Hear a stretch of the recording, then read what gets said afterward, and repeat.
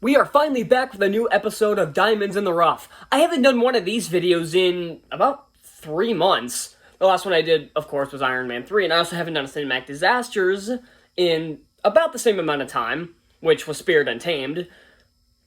So I'm finally getting back in the groove with these, but the main reason I haven't had one of these in a while is because I had a lot of movies to review in the last few months. I had the best and worst of 2021 I wanted to do. I was finishing up my first semester of college, so I had a lot going on. And the reason I haven't really posted a lot over my break is because I kind of like enjoying my vacation as much as possible. And not to say I don't like filming, I obviously do, otherwise why the hell would I be doing this? But I haven't been filming as much, and since I'm heading back in a couple days, I decided I'm gonna try to squeeze in a few videos within the next couple days, and because I'm going to be seeing Scream 5 probably, and Hotel Transylvania 4 has been on Amazon Prime for a couple weeks, so, and I have Amazon Prime, so I have no excuse to not watch it, except for the fact that I really don't want to. So, but it makes sense. The first video I did of 2021, technically, my first 2021 video, not including the best and worst of 2020, was a Diamonds in the Rough. I believe that one was it Maze Runner? No, it was Percy Jackson, wasn't it? Who cares? But, so, that's what we're doing here, and this one, and the last video I promised it would be a Disney film. I don't remember if I said it was live action. I probably did, but I don't really feel like going back to check. But I'm not sure if any of you really would have thought I'd be doing Tron Legacy. I don't really know why, but that's just what came to my head. I'm just gonna get into this. So, this is, of course, the sequel to the 1982 movie Tron, and I should probably talk about that a little bit before I get into Tron Legacy. It was a groundbreaking film in terms of its visuals and kind of within its story as well. And I haven't seen these, I didn't watch these movies when I was a kid, I didn't really have much interest in them. I saw them probably about a year ago when they hit Disney+. I decided, you know what, I've been interested to know why these movies have kind of a fan base. Because it's not like a huge fan base like something you'd see out of like Marvel or Star Wars or Harry Potter, but it's got a decent enough fan base for you to notice. Especially around Tron Legacy, but we'll get to that in a second. So, Tron from 1982 stars Jeff Bridges in not in the title role, as Kevin Flynn, who creates the video game called Tron. But, if I'm remembering this correctly, I've only seen the movie once. But he inevitably gets sucked into the video game world because he realizes somebody's trying to, like, steal his video game idea or try to, like, sell it or something like that. I can't really remember, but he gets sucked into his own video game, and he needs help from the main character, Tron, to escape the grid. Yeah, the story is pretty basic by today's standards, nothing we haven't already seen, but for 1982, it was a relatively unique premise, and the visuals for the time were groundbreaking. They're not as good as the Star Wars movies, which were released around the same time, but they were still groundbreaking with what they did, with the copious amounts of CGI, which today isn't that impressive, but for 1982 it was damn impressive. And the grade looked amazing, all the special effects looked great. I do have a huge appreciation for the movie. I think it looks good, especially for the time. With a few exceptions, I think the suits that the people wear look horrible. They look like pajamas with some weird-ass... but they look like the cowl from the 2022 Flash movie coming up, and if you guys don't already know, I thought that looked stupid, like little flaps on the side here. Kind of looks like the same thing, just doesn't go over their eyes. So, yeah, I hate the suits, but other than that, it looks pretty damn good. And that was the main appeal of Tron. Same thing with Avatar, but Tron was far better than fucking Avatar, is that it was kind of driven by its visuals.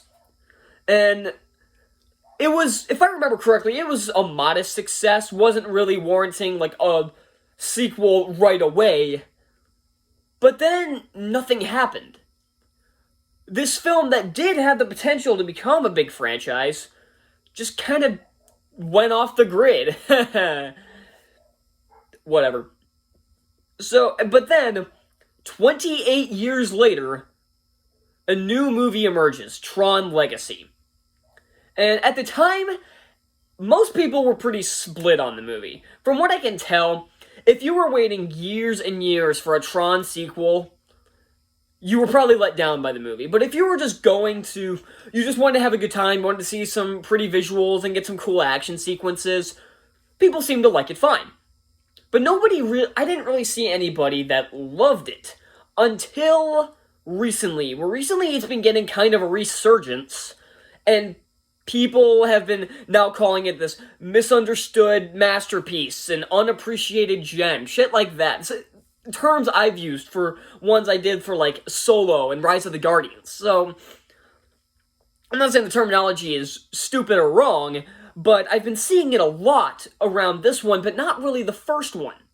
And after seeing the movies, I get it. I really do. The first film is an okay movie. It's pretty boring, it's pretty slow, and, again, the suits, bleh. But overall, it's a really well-made film. It has a lot of good ideas, the visuals look great, and the acting is pretty solid. Tron Legacy pushes everything to 11, and in a good way. Now, of course, the first thing I have to talk about with this movie is the visuals, obviously. This was the main appeal of the first movie, and it was kind of the main appeal of this movie as well. The visuals in this are some of the best I've ever seen. And I'm not alone in this. I have seen other people say this movie has a visual style that is unmatched. Like, even Tron Uprising, the TV show, which was canceled after a season, I argue was actually pretty good, and so would most people, replicated it quite well, but also gave it its own unique spin. Same thing here, it kind of adapted the 82 look, but gave it a modern update, which would make sense, because the movie also takes place around 30 years after the event of the original, so it still matches up with modern day, and technology evolves, and just like actual video game graphics and real-life CGI, the grid has evolved. It's really good. It's not just a fact of, oh, we wanted to make this look different because we need it to look new. We need to make it look shiny so people will like it. No, it's a very realistic turn for this in-universe game where it's been evolving over the past 30 years. Although I do have to bring up, because I know people will kill me if I don't, one really bad CGI thing about this movie. And you all know what it is. It's Clue. Clue, I think, is a very interesting villain. He's kind of like the reverse of Kevin Flynn. Because if I remember his plan correctly, he kind of wants to turn the grid into, like, take the grid to the real world. Like, kind of make two worlds, I guess. I don't know. I'm having trouble remembering, but that's not really my point. The CGI de-aging looks horrendous.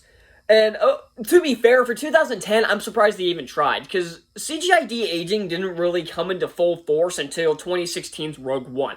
Sometimes you get it, you get some really good de-aging, like Nick Fury and Agent Coulson in Captain Marvel. That looked fantastic. But then you get, well, Rogue One, where you get the wax-looking Peter Cushing, the horrendous-looking Carrie Fisher, and then you have Clue. So, but I am impressed they even tried. I'll give them credit, but not credit for the effect itself. It looks bad. But something else that I need to mention, because again, people will kill me if I don't, is that probably the most famous aspect of this movie, other than the visuals, I guess, is the score by Daft Punk. Now, you guys know, if you've seen some of my other reviews, you know I take musical scores very seriously. I like to listen to the musical score, see how it kind of helps the movie, or possibly damages it even more. This is probably one of my favorite musical scores. It just has this really cool style that matches the film so well. And I am not alone. Everybody loved this score. I think it might have even gotten nominated for an Academy Award for Best Musical Score. I'll put in text down here if it didn't, that's bullshit. But it probably didn't win, but it probably got nominated. Also for visual effects, I may have to look that up. I'll have it in text down here. I'll check later. But everybody seems to agree that Daft Punk's score is phenomenal. Apparently they're coming back for Tron Ares, even though apparently the band broke up, I guess, at some point. But apparently they're coming back for the third movie. Which, yes, that is real. That is not internet troll that is the one with Jared Leto. Yeah, that's real. Better not suck. But back to Tron Legacy. And visuals can only push you so far is if you have good characters. Bad characters will more than likely equal a bad movie. Because the movie's story, which is always the most important part of the story. You can have bland characters, but you have an amazing story, it won't matter. The story is pretty good. Sam Flynn gets sucked into the grid, and he finds his father, and it kind of deals with the family dynamic. And this is where the characters come in. Sam Flynn and Kevin Flynn haven't seen each other for about 30 years. Sam hasn't seen him since he was a kid, back when he was sucked into the grid. And then Sam went into the grid himself by accident, just like Kevin. And he finds him there, and both of them are not quite sure what to do. Like, Sam, of course, just wants to get the hell out of there. Or he wants to find his father, but then he wants to get the hell out of there. He wants to bring his father back with him.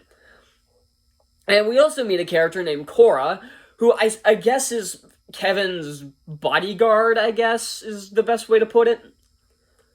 And she's a really fun character, and I like her little thing about she wants to experience the real world. She wants to know what seeing the sunrise is like, what it's like to be in the real world, because all she knows is the grid. That's, again, it's something that's been done to death, but it's such a likable character, and they got a good actress in Olivia Wilde to play her.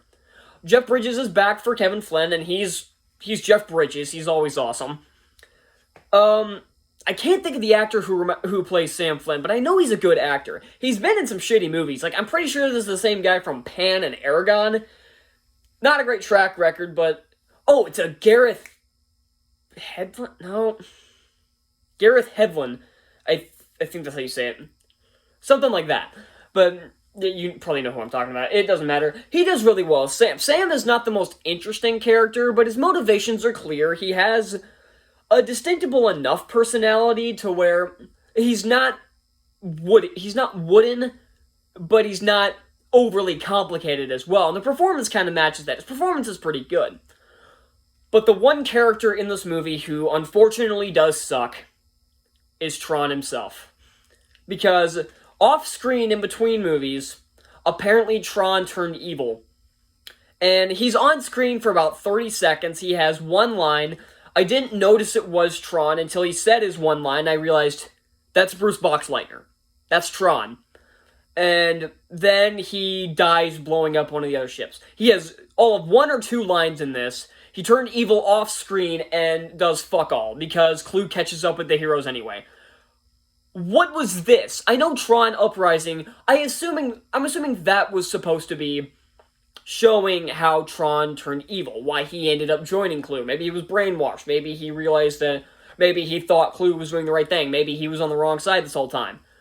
But it didn't make it past the first season. The Uprising itself had barely begun, and the show was done because the ratings dropped. It went from like 2 million people in its pilot and dropped to, I believe, about 300,000 by the time the finale came around. So yeah, I understand why it was canceled, but I have a feeling if it got like a revamp, on Disney Plus, like if they made more seasons of it, I have a feeling people would watch it. They're making X-Men 97, a show that ended over almost 20 years ago. So why not continue Tron Uprising? This franchise is getting a huge boost. Why not fuel that fire? Speaking of which, there was also a Tron Evolution video game that came out around the same time as this movie and the show. Never played it.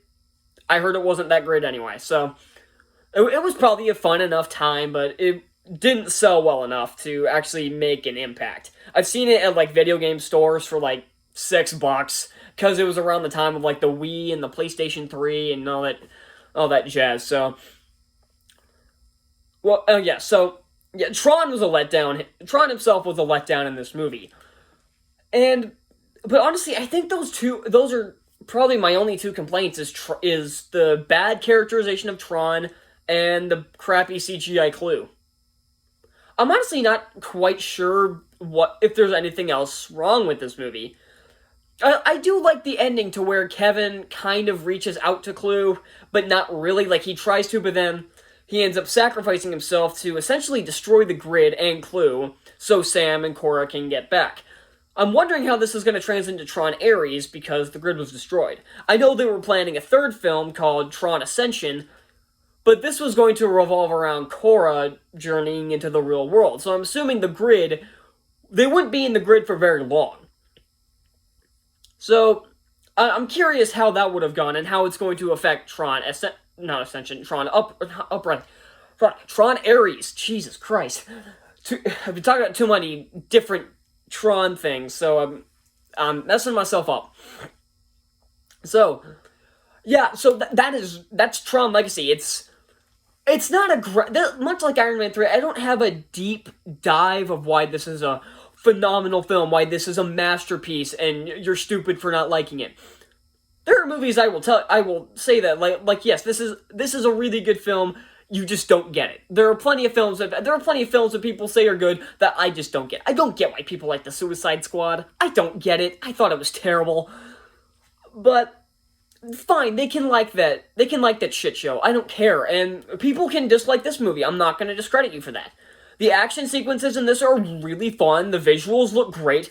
The soundtrack is epic. The characters are pretty good for what they are. And the story is it isn't overly complicated, but it isn't too simple. And that's the kind of plot I usually like. I can get behind a really simple story or a really complicated story, but something right in the middle, every once in a while, I just want something there. I just want something easy to digest, and that's kind of what Tron Legacy is.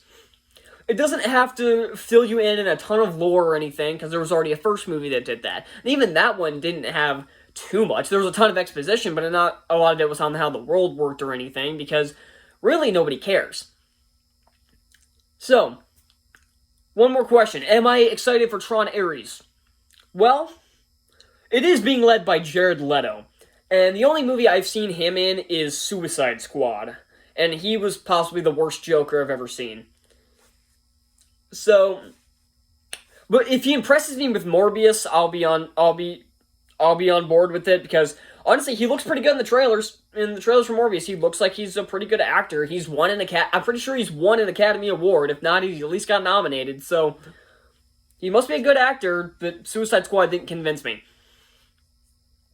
But yeah, that's all I got for Tron Legacy. Next time, we're going to be looking at another 2010 film, but this one wasn't made by Disney. However, it was rebooted by Disney. In a very bad way. So, that's all I got for Tron Legacy. And, so yeah, if you like type of movies like this that are just, they're easy to watch, it's over 2 hours long, but it doesn't feel like it. It doesn't overstay its welcome, it's a fun ride. So, just zap yourself into the grid and give it a watch.